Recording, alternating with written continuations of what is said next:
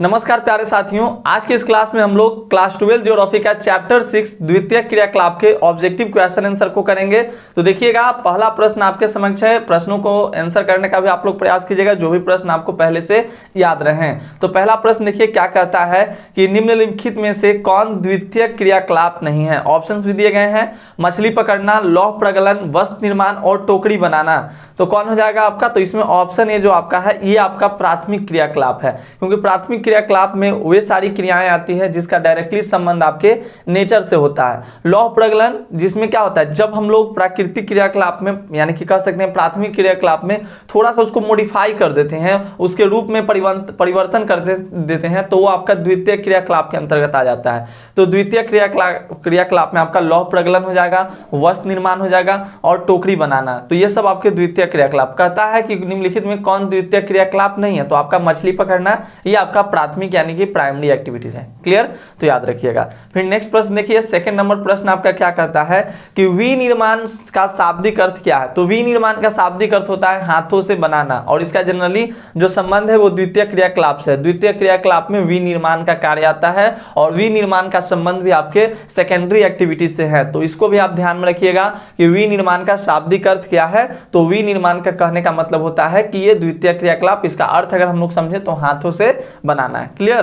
तो याद रखेंगे। अगला देखिएगा, थर्ड नंबर प्रश्न क्या कहता है कि विनिर्माण उद्योगों का वर्गीकरण, देखिए थोड़ा सा ऊपर में कर लूं, विनिर्माण उद्योगों का वर्गीकरण निम्नलिखित में से किसके आधार पर किया जाता है। तो कौन से आधार पे, जो हाथों से बनाने की जो प्रक्रिया होती है, तो उस टाइप के उद्योगों का जो वर्गीकरण होता है, क्लासिफिकेशन होता है, वो किसके आधार पर किया जाता है। तो ये आकार के आधार पे, उत्पादन के आधार पे और कच्चे माल की प्रकृति यानी कि उसके नेचर के आधार पे भी किया जाता है। तो आपका ऑप्शन डी हो जाएगा, सभी हो जाएगा।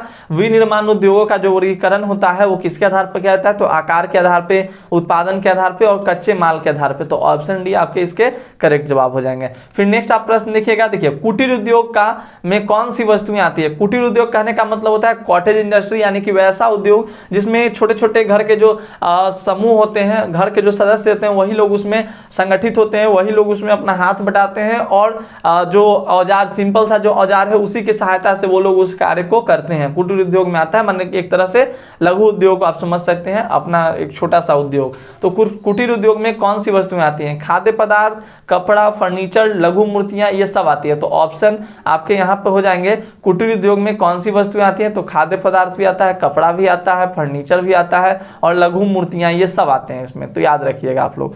फिर अगला प्रश्न आप देखिएगा क्या कहता है, कच्चे माल पे आधारित उद्योग कौन सा है। तो कच्चे माल पे आपका कृषि आधारित उद्योग, खनिज आधारित उद्योग, रसायन आधारित उद्योग, ये सब कच्चे माल पे आपके आधारित उद्योग हैं। तो ये भी आप ध्यान में रखेंगे, ये भी प्रश्न अच्छा है आपके लिए कि कच्चे माल पे आधारित उद्योग कौन से हैं। तो इसका ऑप्शन डी हो जाएगा इनमें से सभी, कृषि आधारित उद्योग, खनिज आधारित उद्योग, रसायन आधारित उद्योग। क्लियर? नेक्स्ट आप देखिएगा, अगला जो 6 नंबर प्रश्न है, चैप्टर फर्स्ट ऑलरेडी करा दिया गया है। अगर आपने अभी तक चैप्टर फर्स्ट नहीं देखा है तो देख लीजिएगा। प्राथमिक क्रियाकलाप, प्राइमरी एक्टिविटीज से जो भी आपके ऑब्जेक्टिव क्वेश्चंस बनते थे वो सारे प्रश्नों को आपको मैंने करा दिया। तो आप उन सभी प्रश्नों को एक बार जरूर से जरूर चैनल के प्लेलिस्ट में जाइएगा और देख लीजिएगा। 6 नंबर प्रश्न देखिए क्या कहता है कि प्रमुख कृषि आधारित उद्योग कौन सा है। शक्कर, आचार, फलों का रस या इनमें से सभी। देखिए कृषि आधारित उद्योग, शक्कर गन्ने से बनता है, ये भी कृषि पे आधारित आपका उद्योग है। तो इसको भी आप लोग थोड़ा सा ध्यान में रखिएगा कि कृषि आधारित उद्योग आपका आ गया, शक्कर आ गया, अचार, फलों का रस, इनमें से सभी। तो ऑप्शन डी आपका हो जाएगा। देखिए कुछ प्रश्नों को आप जो है वो अपने दिमाग से सोच कर भी अच्छे से उसका आंसर कर सकते हैं, क्योंकि वैसे भी प्रश्न आपके रहते हैं जिन प्रश्नों को मतलब आप केवल अपने आईक्यू से, दिमाग से भी बना सकते हैं, जो हमारी रोजमर्रा की जिंदगी में उपयोग होता है, हम लोगों के समक्ष वो देखने के लिए मिलता है। तो कृषि आधारित उद्योग कौन सा है, तो यहाँ पर पूछा गया, तो इनमें से सभी आपके हो जाएंगे। अगला प्रश्न आप देखिएगा, 7 नंबर क्या कहता है कि खनिज आधारित उद्योग कौन सा है। तो देखिए एल्युमिनियम, तांबा, सीमेंट, ये सब आपके खनिज आधारित उद्योग हैं। तो ये भी आपका सही जवाब हो जाएगा। खनिज आधारित उद्योग की अगर बात की जाए तो इसमें एल्युमिनियम, तांबा, सीमेंट, इनमें से सभी, तो इनमें से सभी आपके क्लियर सही जवाब हो जाएंगे।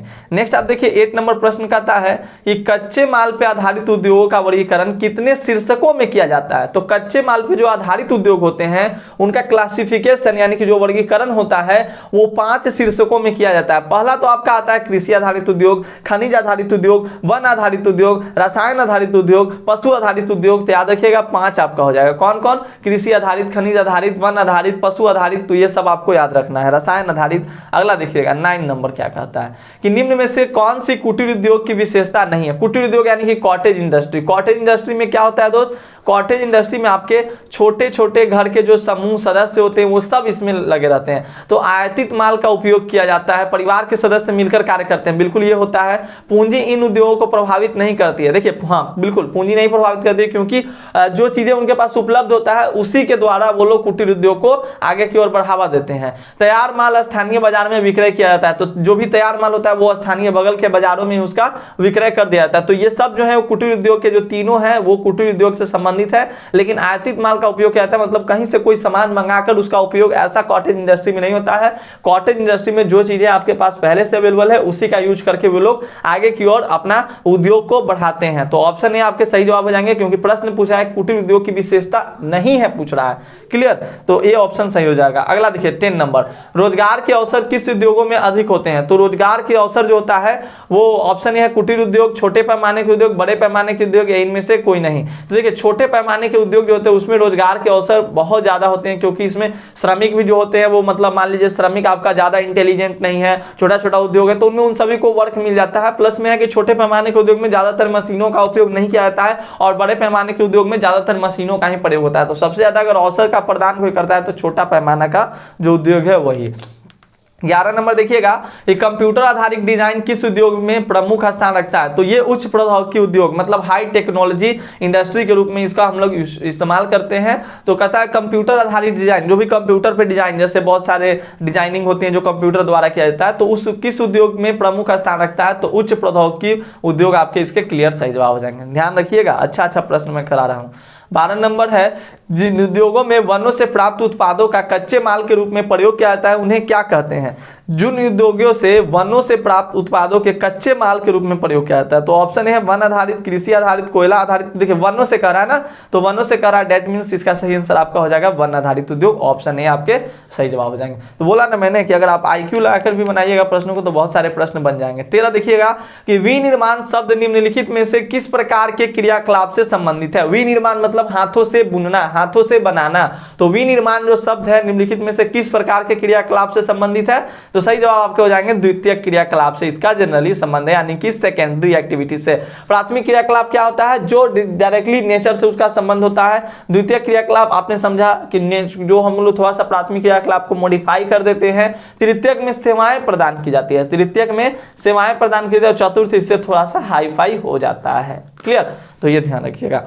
अगला प्रश्न देखिए 14 नंबर, कहता है स्वच्छंद उद्योगों की एक प्रमुख विशेषता क्या है। तो स्वच्छंद उद्योगों की प्रमुख विशेषता यह है कि इसका कहीं भी हम लोग स्थापना कर सकते हैं। कुशलता, निम्न पूंजी की आवश्यकता, अधिक उत्पादन, ये सब नहीं है इसका ऑप्शन डी हो जाएगा, कहीं भी इसकी स्थापना करी जा सकती है।